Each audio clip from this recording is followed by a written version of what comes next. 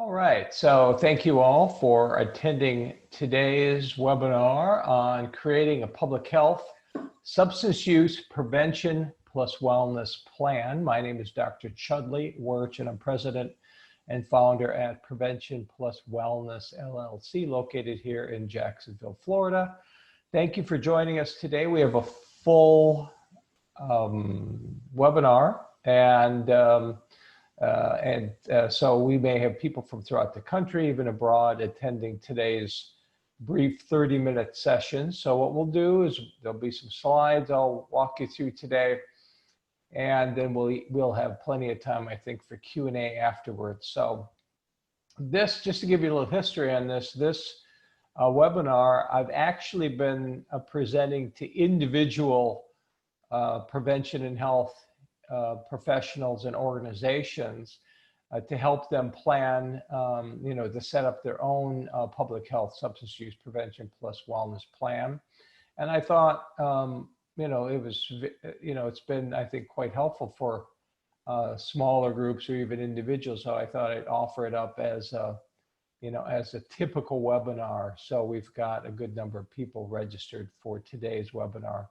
So 30 minutes in length, after which I will send everybody who's registered a link to this recorded session, which I encourage you to share widely within your organization, your state, your region, your country, whatever the case might be.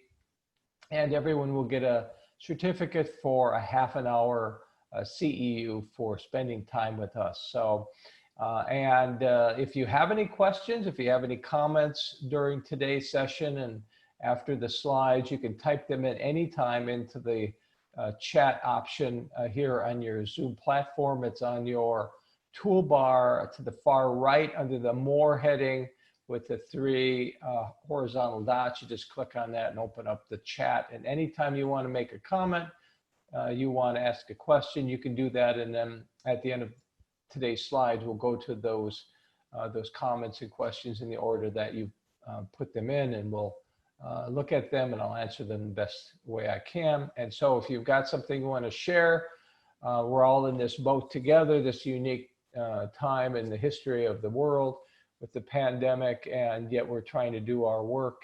And I'm here to help any way I can for those of you here, professional prevention, health, fitness, youth services professionals from throughout the country. God bless you for what you do. You're making the difference in the lives of youth and families and communities. So it's an honor to spend time with you. And so 30 minutes, I'll send you a link. I'll send you a certificate. It'll be before the end of the day. If you don't receive it, please check your spam folder, because with the attachment, sometimes these things get sent to your spam folder. So there's three objectives for today's session. The first is to examine public health elements to substance use prevention plus wellness programming. Secondly, we really have to look at your individual interests in terms of prevention topics, your target populations that you're going to work with, and your training options, your training preferences.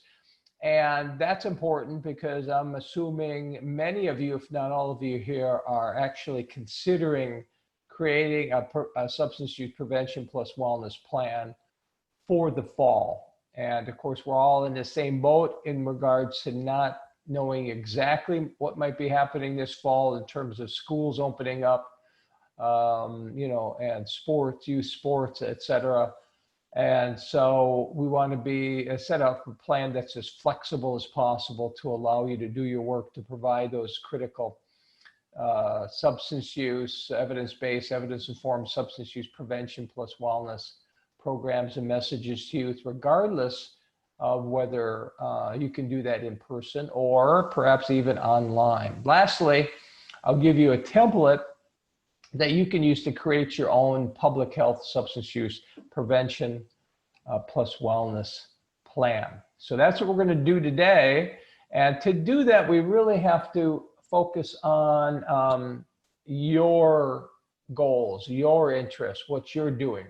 So some of that is what you've done in the past, certainly, but really looking to the future, because I suspect most of you are off now, or it's sort of a slower period or a preparatory period. So this is very timely, I think, this webinar for many of you. So you're looking ahead to perhaps later summer, but especially the fall. What is it that you're going to plan in terms of your strategy for your prevention activities? One way to start the process is for you all to start looking at what are the topics that are most critical to you. So the prevention topics. So some of these topics include these right here. So the question is for you, which of these are most critical? It could be more than one, obviously. You've got alcohol, tobacco, e-cigarettes, marijuana, opioids, mental health. I have goal setting in there as a possibility, and fitness and health promotion. Of course, there may be some other topics that you're interested in addressing coming this fall with your prevention activities and strategies. Also, would you be interested in looking at our prevention targets? What are your youth populations that you're going to be working with? It could be one youth group, or it could be multiple groups, depending on your the aims and the goals of your organization that you're working with. And this could be children. By that I mean elementary school, young adolescents or middle school, older adolescents or high school, young adults or college age, ages 18 to 25. Some of you may be even working with adults. If there's some other particular population, that's also a possibility. In addition to that, there's a number of characteristics that I think should be considered when planning future public health substance use prevention programs. These are some common characteristics that I see a lot of prevention and health specialists being focused on. So the question is, which of these are most critical or most important for you going forward, again, planning for the fall? Is it the fact that you have to have a program or programs that are evidence-based or evidence-informed?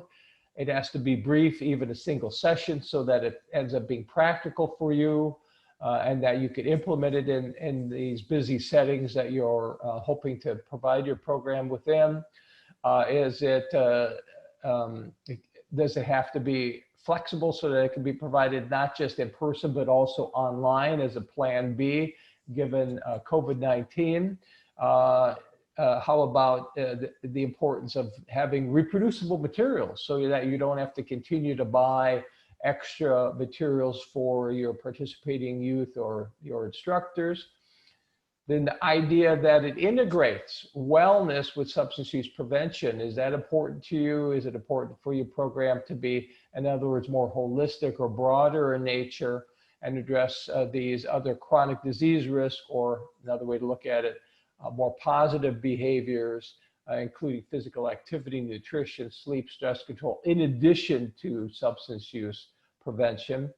Training, is that important to you, particularly if it's brief and online, so that it's practical? And how about lastly, under number 7, are you interested in having a pre-post testing included in your programming so you can assess and monitor program effects over time? Maybe there's some other characteristics of programs, substance use programs, that are really important to you. I'd love to hear what these others are. So when we get into the Q&A section, I really want to hear from you, especially if you had other topics that weren't addressed listed here, other target populations, other characteristics of programs, and then also other training formats. So here's some common training formats. And the question for you, each of you, to answer for yourselves is, which of these do you prefer, if any of these, for training with regard to substance use prevention programming? Do you prefer webinars? Of course, a lot of us are involved in webinars nowadays, especially over the past 3-4 months with the coronavirus. We're beefing up our training and either offering or participating in both and a lot of webinars. But then there's also online training for program implementers, especially if it's brief. Is that something you're interested in? How about online training of trainers so that you could train other providers in your organization and region on various prevention programs? How about training youth to implement the prevention programs so that you have peer-to-peer types of programming, or there's some other types of training formats or options that you prefer? These are all things that are important to take a look at. So at this point, what I'm going to do is let's give you a chance to answer these things as a group. And so I'm going to pull up and launch our poll. It's a 4-question poll, and it reflects the 4 items that we just went through, I just went through with you. And so you're going to see these in just a moment. It takes just a second to load. And then there's going to be 4 questions. And I believe you can answer multiple items in each of these questions. So when you see them, answer any of the responses that you want. And you're going to need to scroll down. So the first question, which substance use prevention program topics are most critical to you? And again, you could answer any of those. Question 2 is, what are your substance use prevention program population targets? Again, answer any of those. Question 3, which substance use prevention program characteristics are most important to you? And lastly, question 4, which substance use prevention program training formats do you prefer? So let's just take a couple of minutes and let everybody answer those 4 items. Again, you're going to need to scroll down to see all of them. Each of these are multiple response items, so you can have more than one answer for each of these questions. And let's just take a moment and let everybody who's online with us today have a chance to answer these questions. There's 4 of them. And then just scroll down and answer each one of those items. I'll just give you just another minute or so. Please do respond, because we want to see who's participating today, what your interests are. This is critical to planning. And so it's really important, not so much even for us to see your responses, but for you to go through your own mind and to help you plan this public health, substance use prevention plus wellness strategy for upcoming fall or whenever you're planning it for. So we've got 2 out of 3 people have responded. Let's see if we can just wait another minute so we get about at least 3 out of 4 of you who are online right now to respond. So we've got 3 out of 4 responding. Let's just wait a few more moments, and again, give everybody the opportunity. I don't want to shut it down while people are still responding, and it looks like they are. And just another 30 seconds to let everybody get that who wants to participate, let them participate. And so it's very good. I think we're doing good. We almost 8 out of 10 have responded. So that's awesome. So let me go ahead and end the polling. So we got 8 out of 10. Congratulations. Thank you so much for participating. I really appreciate that. And now let's take a look at the responses together.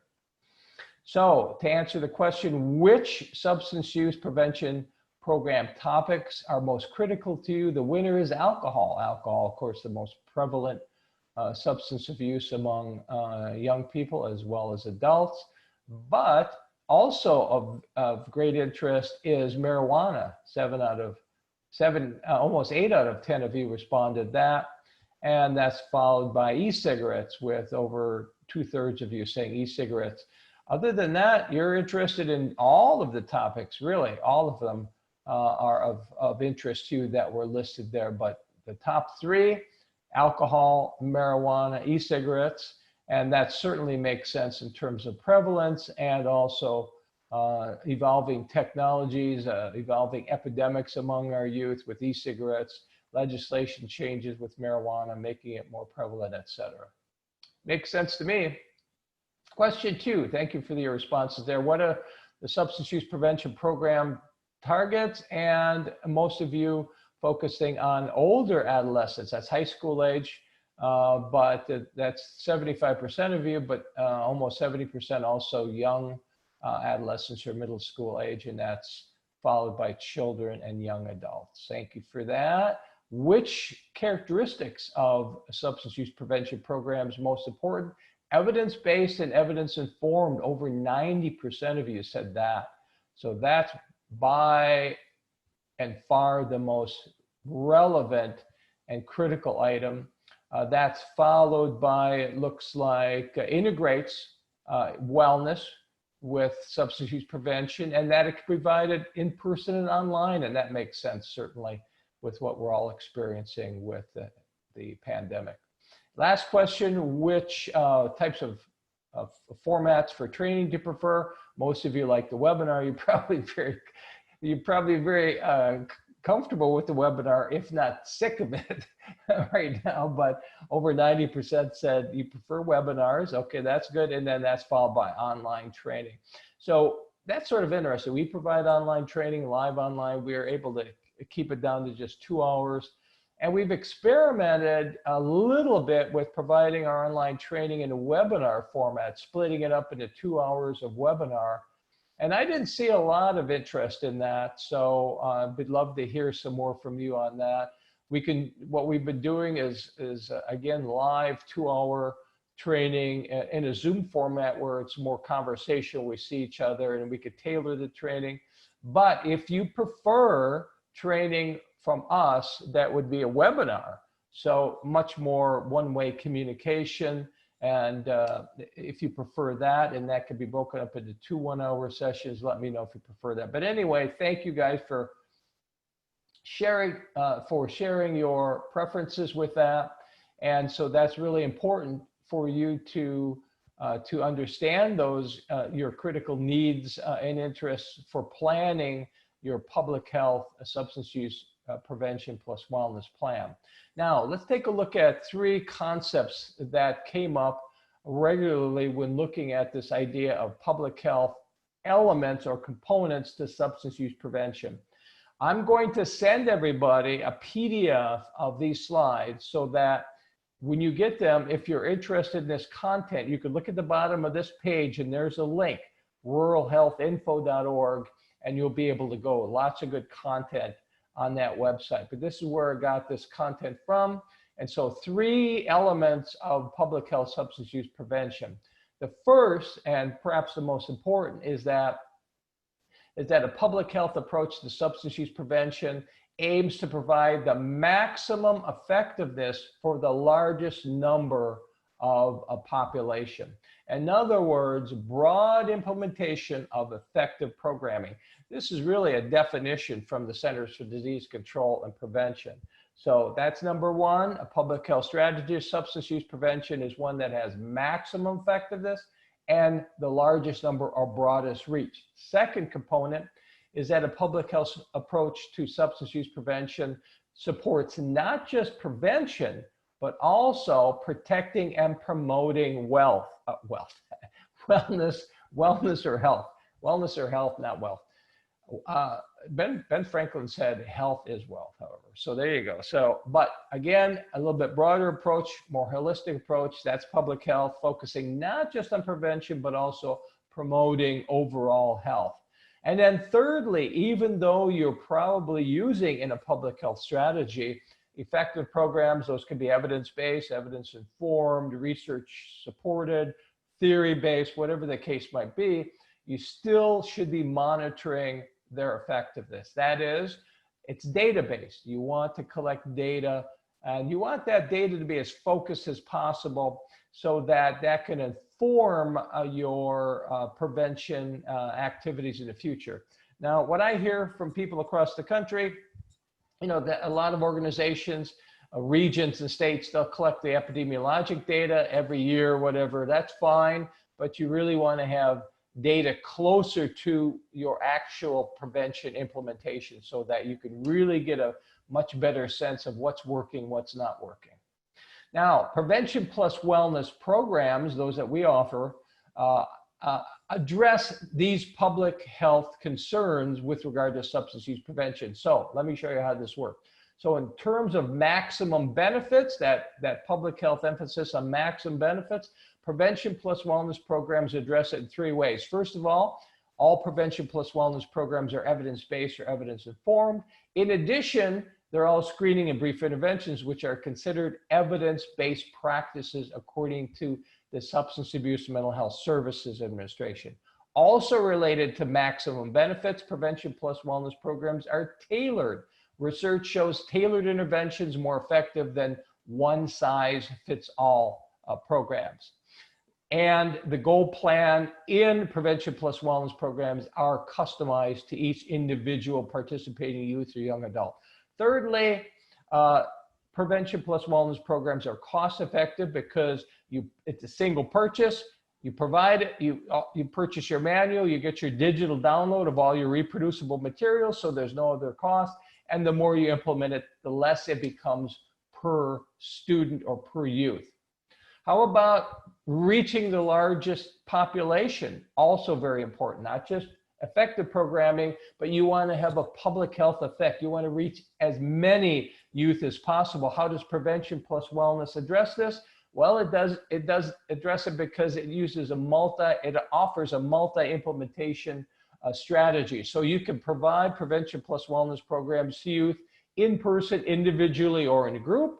And more recently, now we have protocols to provide it individually in a group online or by video or also by telephone. So lots of options for implementation for prevention plus wellness programs, giving you a plan B, a plan C, regardless of whether you could provide it in person next fall, or if you have to do it online or by distance method, making sure you're going to be able to give that essential evidence-based, evidence-informed prevention strategy to your youth, regardless of the situation come fall.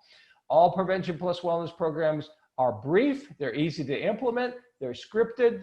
Most of them are a single session, so you'll be able to get into those busy schools or other settings to provide your program where you wouldn't be able to provide a multi-session program. Our programs, prevention plus wellness programs, are very appealing to youth, and especially the older youth that have heard prevention messages before. That's old hat to them, so they like the focus on positive behaviors, physical activity, sports, nutrition, sleep, stress control. That ends up being very appealing. They're more likely to participate. The parents also like it, funding agencies, communities, because it's broader in nature and addresses multiple risks for health problems, chronic disease, as well as substance use. And again, our training can be very brief. In fact, 2 hours online training for program implementers. How about this idea of promoting health, not just preventing, but promoting health? Well, prevention plus wellness programs do that by addressing not just substance use avoidance, but also promoting these other wellness behaviors. And it teaches youth how these behaviors are integrated, how substance use like alcohol, marijuana, e-cigarettes, opioids interfere with positive behavior development and positive image creation, and how positive behaviors and wellness behaviors help reduce the chances of developing substance use behaviors. Lastly, and related to this idea of monitoring the effectiveness, all prevention plus wellness programs come with them a scannable pre-test and post-test. So you can do it pre-test, you can do your lesson, you can do post-test all in one setting, very practical, very efficient. And that pre-post test comes in not just a scannable form, but an online form if you present your lesson online. And we also provide free prevention plus wellness report cards or an overview of your findings. We have a number of evidence-based programs, 2 in particular. On the left, we've got the SPORT PBW program, Prevention Plus Wellness Program, high school, middle school, elementary school versions, and InShape PBW for young adults, which can be implemented on college campuses and communities and the military and so forth. And then we have adaptations of those programs, which we call evidence-informed. But remember, they're evidence-based practices, screening, and brief intervention. So we address these other topics that you are so interested in. We hear from providers throughout the country and abroad. Vaping PBW, that addresses e-cigarettes, high school, middle school, elementary school version. Same with the marijuana PPW program. We've got an opioid PPW program, adolescent version, and high-risk men and high-risk women. In God's Image is our faith-based program, and our only multi-session program, Sport 2, which is 6 sessions, which comes in formats for high school, middle school, and elementary school youth. All right, here is the format. Here is the template for you creating your public health substance use prevention plus wellness program. These are sort of a minimum number of items to address. So this is what you would use. I'll send you this PDF so you'll have it and you could share it with others if you want. If you're going to plan an actual set up a plan for the fall, you do want to identify which prevention plus wellness programs you'll be using. Now, you don't have to use prevention plus wellness programs. We do offer webinars, we have in the past, where you can create your own integrated messages, your own integrated programs, your own integrated campaigns where you're going to integrate prevention with wellness promotion. Most organizations choose to just use our programs because you save a lot of time and effort and energy, and then they can tailor them if they want to their particular setting or population. So that's what you have to decide. Are you going to use prevention plus wellness programs? Are they going to be the evidence-based or evidence-informed? Which topics are going to focus on?